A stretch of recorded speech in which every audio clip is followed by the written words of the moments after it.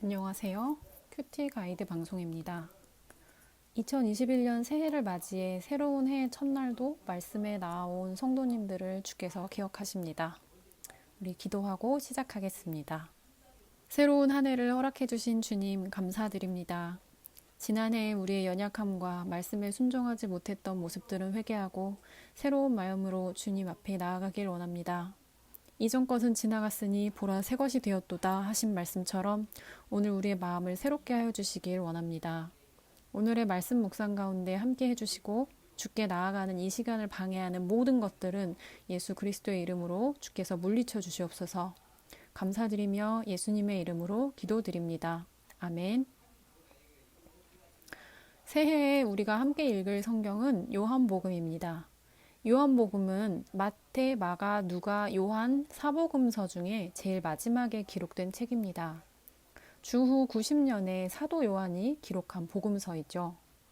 주후 90년이면 예수님을 직접 만난 제자들이 대부분 세상을 떠나는 시기였습니다. 성도들은 보지 못한 예수님을 믿어야 했는데 이때 초대교회 내부적으로는 이단의 미혹과 세상으로부터의 박해를 받고 있었고 외부적으로는 로마 정부의 압제가 있어서 참 어려운 상황이었습니다. 사도 요한은 이 상황에서 새로운 복음서를 기록하였습니다. 앞서 써진 세 개의 복음서가 있었지만 요한의 복음서는 이들과는 조금 달랐습니다. 쓰여진 목적이 달라서일까요? 다른 공관 복음서들과 마찬가지로 예수님의 십자가와 부활을 중심으로 쓰여지긴 했지만 내용의 차이가 있습니다. 공관 복음서에는 있는 내용이 요한복음에는 없기도 하고 또 다른 복음서에는 없는 내용이 요한복음에는 들어가 있기도 합니다. 그 특징이라고 한다면 예수님이 누구신지, 예수님이 참 사람이요 참 하나님이시라는 것, 그리고 예수님이 행하신 일이 어떤 의미를 갖는지에 더 자세하게 깊게 설명한다는 것을 들 수 있습니다. 그 밖에 큐티인 18페이지를 보시면 자세한 설명을 보실 수 있습니다. 오늘 말씀을 보겠습니다. 오늘 말씀은 은혜 위에 은혜라는 제목으로 요한복음 1장 1절로 18절 말씀, 요한복음의 도입부입니다. 참 하나님이신 예수님께서 인간의 몸을 입고 참 사람으로 이 세상에 오셨다는 말씀을 이렇게 잘 설명한 말씀은 이 요한복음 앞부분이 최고라고 저는 생각합니다. 한번 우리 같이 읽어보겠습니다. 태초에 말씀이 계시니라. 이 말씀이 하나님과 함께 계셨으니 이 말씀은 곧 하나님이시라. 그가 태초에 하나님과 함께 계셨고 만물이 그로 말미암아 지은 바 되었으니 지은 것이 하나도 그가 없이는 된 것이 없느니라. 그 안에 생명이 있었으니 이 생명은 사람들의 빛이라. 빛이 어둠에 빛이 돼 어둠이 깨닫지 못하더라. 하나님께로부터 보내심을 받은 사람이 있으니 그의 이름은 요한이라. 그가 증언하러 왔으니 곧 빛에 대하여 증언하고 모든 사람이 자기로 말미암아 믿게 하려 함이라. 그는 이 빛이 아니요 이 빛에 대하여 증언하러 온 자라. 참 빛, 곧 세상에 와서 각 사람에게 비추는 빛이 있었나니 그가 세상에 계셨으며 세상은 그로 말미암아 지은 바 되었으되 세상이 그를 알지 못하였고 자기 땅에 오매 자기 백성이 영접하지 아니하였으나 영접하는 자 곧 그 이름을 믿는 자들에게는 하나님의 자녀가 되는 권세를 주셨으니 이는 혈통으로나 육정으로나 사람의 뜻으로 나지 아니하고 오직 하나님께로부터 난 자들이니라. 말씀이 육신이 되어 우리 가운데 거하심에 우리가 그의 영광을 보니 아버지의 독생자의 영광이요 은혜와 진리가 충만하더라. 요한이 그에 대하여 증언하여 외쳐 이르되 내가 전에 말하기를 내 뒤에 오시는 이가 나보다 앞선 것은 나보다 먼저 계심이라 한 것이 이 사람을 가리킴이라 하니라. 우리가 다 그의 충만한 데서 받으니 은혜 위에 은혜로라. 율법은 모세로 말미암아 주어진 것이요 은혜와 진리는 예수 그리스도로 말미암아 온 것이라. 본래 하나님을 본 사람이 없으되 아버지 품속에 있는 독생하신 하나님이 나타내셨느니라. 아멘. 말씀을 자세히 살펴보겠습니다. 요한복음의 1장 1절은 이렇게 시작합니다. 태초에 말씀이 계시니라. 태초에 라는 말은 시간을 쭉 돌이켜서 시간이 시작되기 전, 세상이 만들어지기 전 영원이었던 때를 말합니다. 그리고 태초에 라는 말이 구약 성경에서도 쓰인 곳이 한 군데 있는데요. 혹시 기억하시나요? 어디일까요? 네, 창세기 1장 1절입니다. 구약의 맨 처음 단어가 바로 태초에입니다. 사도 요한이 자신의 복음서를 이 단어로 시작한 것은 그의 생각이 하나님의 창조, 창세기의 기록에까지 미치고 있었다는 걸 의미합니다. 태초에 하나님께서 천지를 창조하셨고 그때의 1절에요. 요한복음 1장 1절에요. 말씀이 계셨는데 하나님과 함께 계셨습니다. 그리고 이 말씀은 곧 하나님이십니다. 말씀은 하나님과 같은 존재입니다. 3절에요. 만물이 말씀으로 말미암아 지은 바 되었죠. 하나님께서 천지를 창조하실 때에는 오직 말씀으로 일하셨습니다. 빛이 있으라 함에 빛이 생겼고 물 한가운데 둥근 공간이 생겨 물을 둘로 나누어라 하심에 하늘이 생겨났죠. 이 세상에 창조된 것 중에 어느 하나도 말씀 없이 다른 방법으로 만들어진 것은 없습니다. 이어서 4절에요. 그의 안에 생명이 있었으니 라고 했어요. 말씀은 그리스도이신데 그 안에 생명, 영원한 생명이 있습니다. 그리스도께로부터 나온 그 생명은 사람들의 빛이라고 합니다. 이 빛을 우리는 구약 성경의 맥락에서 이해하는 게 좋은데요. 일단 빛이라는 것은 하나님의 영광에 임재하신 모습을 나타냈던 표현입니다. 하나님을 빛과 어두움의 주인이시며 이스라엘의 영원한 빛이라고 묘사하기도 해요. 그리고 일반적으로 빛이라는 건 감추인 것을 드러내는 것이죠. 그리고 이어서 5절이요. 빛이 어둠에 비추었으나 어둠은 깨닫지 못했다고 합니다. 빛과 대조되는 이 어두움은 이 죄악된 세상이겠죠. 그 어둠에, 죄악된 세상에 그리스도께서 성육신을 통해 빛으로 임하셨는데 어두움은, 이 세상은 이 사실을 깨닫지 못합니다. 복음을 깨닫지 못하는 것이에요. 여기까지가 말씀의 본질에 대한 설명이었습니다. 그 이후는 이제 하나님께로부터 보내심을 받은 한 사람이 소개되는데요. 그의 이름은 요한입니다. 세례 요한이죠. 주가 오시는 길을 예비하라고 보내심을 받았습니다. 7절에 그가 보내심을 받은 목적이 두 개라고 합니다. 첫째는 증언하기 위해서라고 합니다.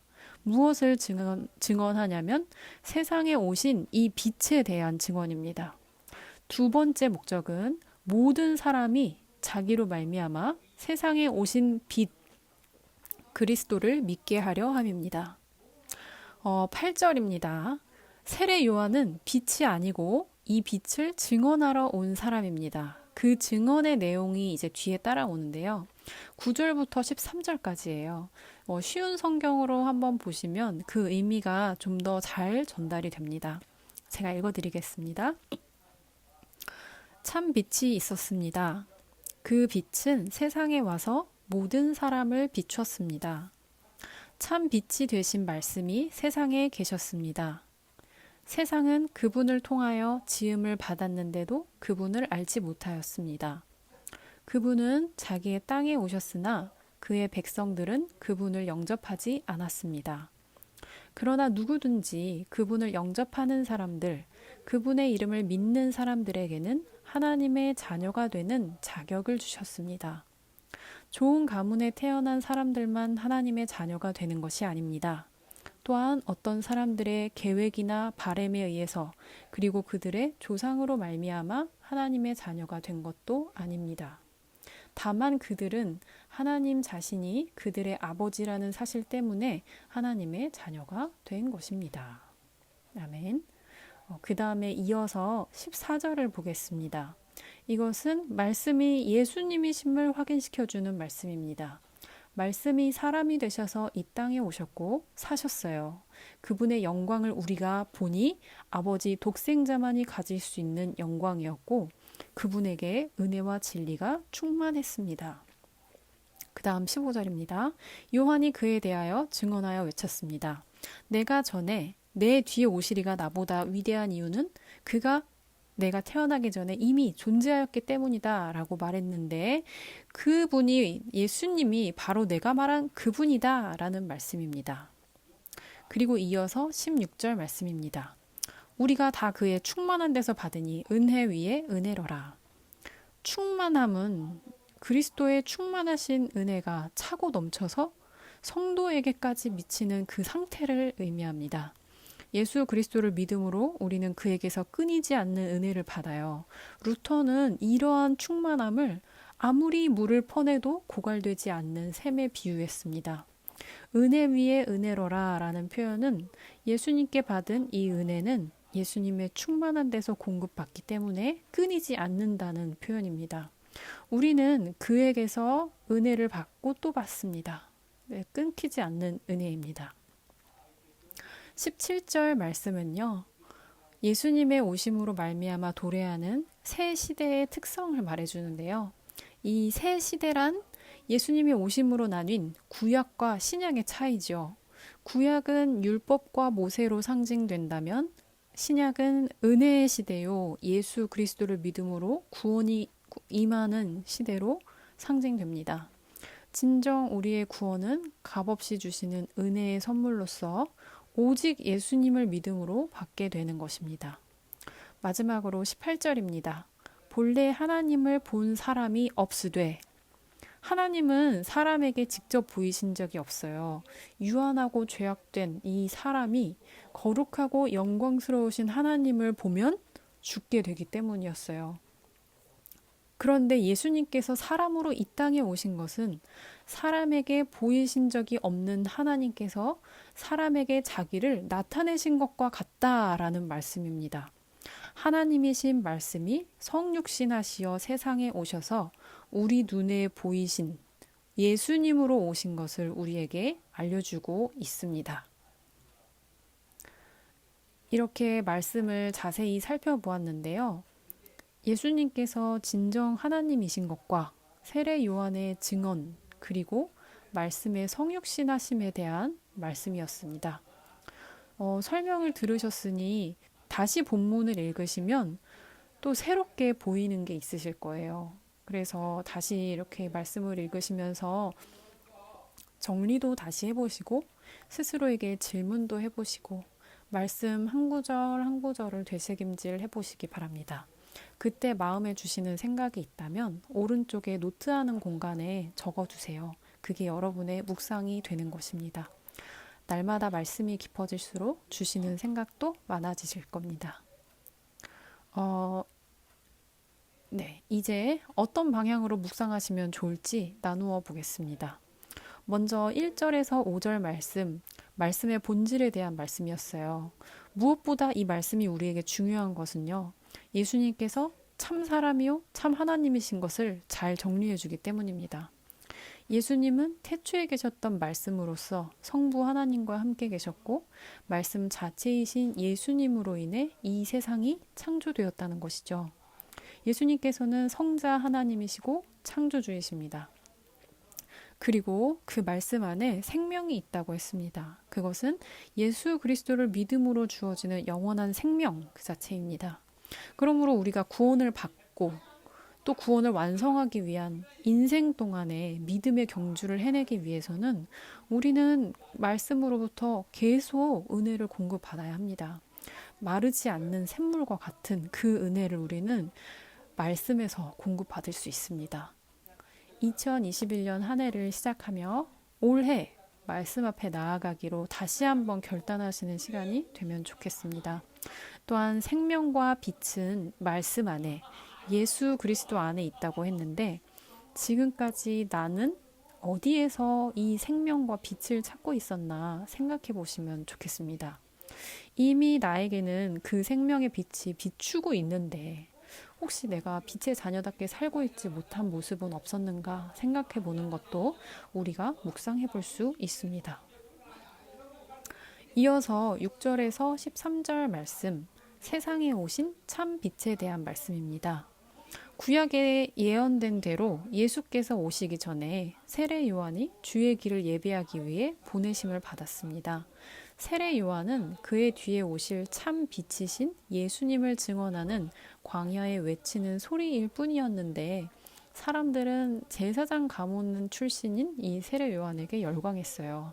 하지만 세상에 오신 참 빛, 그리스도는 예수님이셨어요. 예수님은 평범한 목수의 아들이셨고 사람들은 그를 깨닫지도 못했고 영접하지도 않았습니다. 그래서 우리는 우리가 영접하고 있는 것이 무엇인가를 한번 생각해 볼 수 있습니다. 오늘날 우리는 하나님 앞에 예배와 경건 생활에 나아갈 때 무엇을 영접하고 있을까요? 진리입니까? 아니면 외적인 형식입니까? 예배에 참석하고 말씀을 읽었다는 것만으로 만족하고 있지는 않았는가? 하나님의 임재와 사랑을 사모하는 마음으로 예배를 준비하고 하나님과 교제하고자 하는 바람으로 성령의 도우심을 구하며 우리는 말씀 앞에 나아가고 있었는가 생각해 볼 수 있습니다. 참 빛이신 예수님을 영접한다는 것이 나에게 어떤 의미이며 어떻게 더 진실하게 참 빛을 우리 안에 모셔드릴 수 있을지 여러 방향으로 우리는 묵상을 해볼 수 있습니다. 마지막으로 14절에서 18절 말씀의 성육신에 대한 말씀입니다. 말씀이 육신을 입고 우리 가운데에 거하셨습니다. 하나님이신 예수 그리스도께서 우리를 구원하시려고 인간의 몸을 입고 낮고 낮은 이 땅에 내려와서 비천한 우리와 함께 하셨습니다. 거기서 우리는 성자 하나님의 영광의 임재를 이제는 볼 수 있게 되었습니다. 우리는 예수님의 충만함으로부터 은혜를 공급받는데 그것은 마르지 않는 샘과 같습니다.